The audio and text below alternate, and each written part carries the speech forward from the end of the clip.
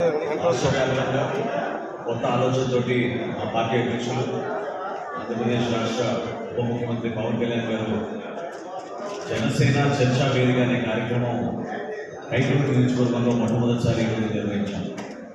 నాతో పాటు ఎమ్మెల్సీ గారు హరిప్రసాద్ గారు, జయమంగళ వెంకటరమణ గారు, అదేవిధంగా గౌరవ శాసనసభ్యులు నాయకులు గారు, ధర్మరాజు గారు, కృష్ణా జిల్లా అధ్యక్షులు జనసేన పార్టీ రామకృష్ణ గారు, అదేవిధంగా పశ్చిమ గోదావరి జిల్లా అధ్యక్షులు గోవింద్ గారు, మా ప్రోగ్రామ్ కమిటీ చైర్మన్ గారు మా కేకే గారు అందరం కూడా ఈ కార్యక్రమాన్ని కార్యకర్తలతో కమిటీ సమావేశం ఏర్పాటు చేసి పార్టీని సంస్థాగతంగా ఏ విధంగా బలోపేతం చేసుకుంటూ ముందుకెళ్ళాలి, వారి అభిప్రాయాలను తెలుసుకొని అభిప్రాయ సేకరణే కాకుండా క్షేత్రస్థాయిలో కొన్ని వాస్తవ పరిస్థితులు కూటమిలో ఉన్నాక సహజంగా గ్రామాల్లో కానివ్వండి, మండలాల్లో కానివ్వండి, అటు అభివృద్ధి కార్యక్రమాలు ఇటు సంక్షేమ కార్యక్రమాలు కలిసి వెళ్ళే ధోరణిలో చిన్న చిన్న పొరపాట్లు ఉంటే వాటిపైన మాకు సమాచారం అందిస్తే తప్పకుండా రాబోయే రోజుల్లో గౌరవ ముఖ్యమంత్రి గారు చంద్రబాబు నాయుడు గారు,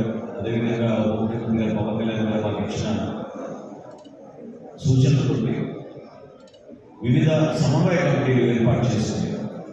నియోజకవర్గ స్థాయిలోనూ, జిల్లా స్థాయిలోనూ, మండల స్థాయిలో కూడా ఎటువంటి భేదాభిప్రాయాలు లేకుండా ప్రభుత్వం చేస్తున్న కార్యక్రమాన్ని ప్రజలకు తీసుకెళ్ళడం కోసం తపనతోటి మేము అందరం కూడా పనిచేస్తాం.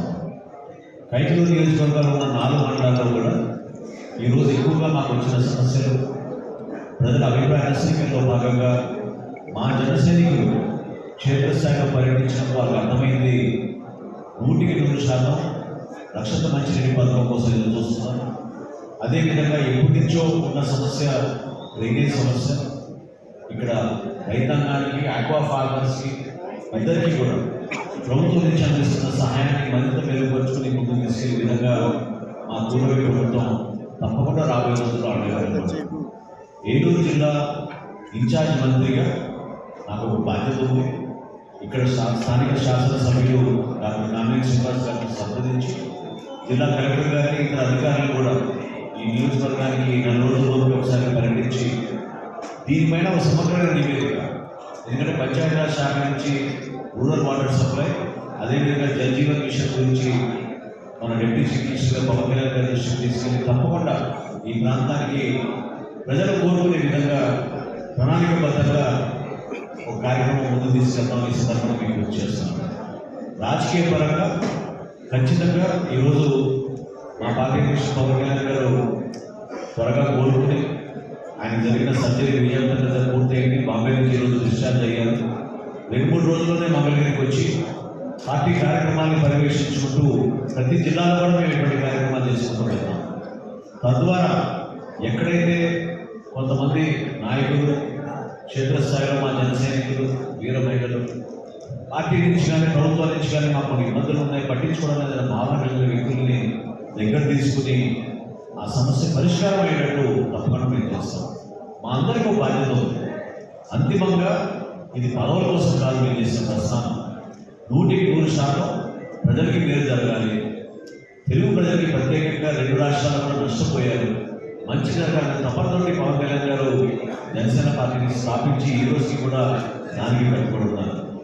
సోషల్ మీడియాలో జరుగుతున్న అసభ్యకరమైన ప్రచారం దానిపైన కూడా మా నాయకులందరికీ కూడా అటు న్యాయపరంగా ఇటు రాజ్యాంగం నుంచి వచ్చే హక్కుల్ని గుర్తు చేసుకుంటూ రాబోయే రోజుల్లో ఏ విధంగా మనం ఒక అంకిత భావంతో కట్టుదిట్టమైన సమాధానం చెప్పాలన్నటువంటి వ్యక్తులకి దానిపైన కూడా మేము ఈరోజు చర్చించుకున్నాం.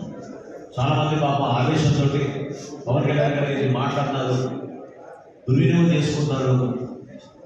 స్వేచ్ఛ అనేది రాజ్యాంగంలో కల్పించిన హక్కుని వాళ్ళు సరైన రీతిలో వాడినప్పుడు మాకు కూడా అదేవిధంగా స్వేచ్ఛ ఉంటుంది, ప్రశ్నించడానికి కానివ్వండి, అటువంటి మార్పు తీసుకోవడం కానివ్వండి. కాబట్టి సమాజంలో ఓటు కోసం చీల్చి ఏదో విధంగా నష్టం కలిగించాలి, తద్వారా రాజకీయ లబ్ధి పొందుతామని గతంలో వైఎస్ఆర్సీపీ ప్రభుత్వం పాలనలో జరిగిన నష్టాన్ని పూడ్చాలంటే అది కేవలం చంద్రబాబు నాయుడు గారి నాయకత్వం, పవన్ కళ్యాణ్ గారి నాయకత్వం, కేంద్రంలో నరేంద్ర మోడీ గారి నాయకత్వం ద్వారా చేయగలుగుతాం. మా వాళ్ళందరినీ కూడా మేము సమావేశం చేసాం, ఆ భరోసా కల్పించాం. రాబోయే రోజుల్లో కైకుల నుంచి ఏదైతే ఈ కార్యక్రమం మొదలుపెట్టామో ఇది రాష్ట్ర వ్యాప్తంగా అంకిత భావంతో ప్రజలకు ఉపయోగపడే విధంగా మేము ముందుకు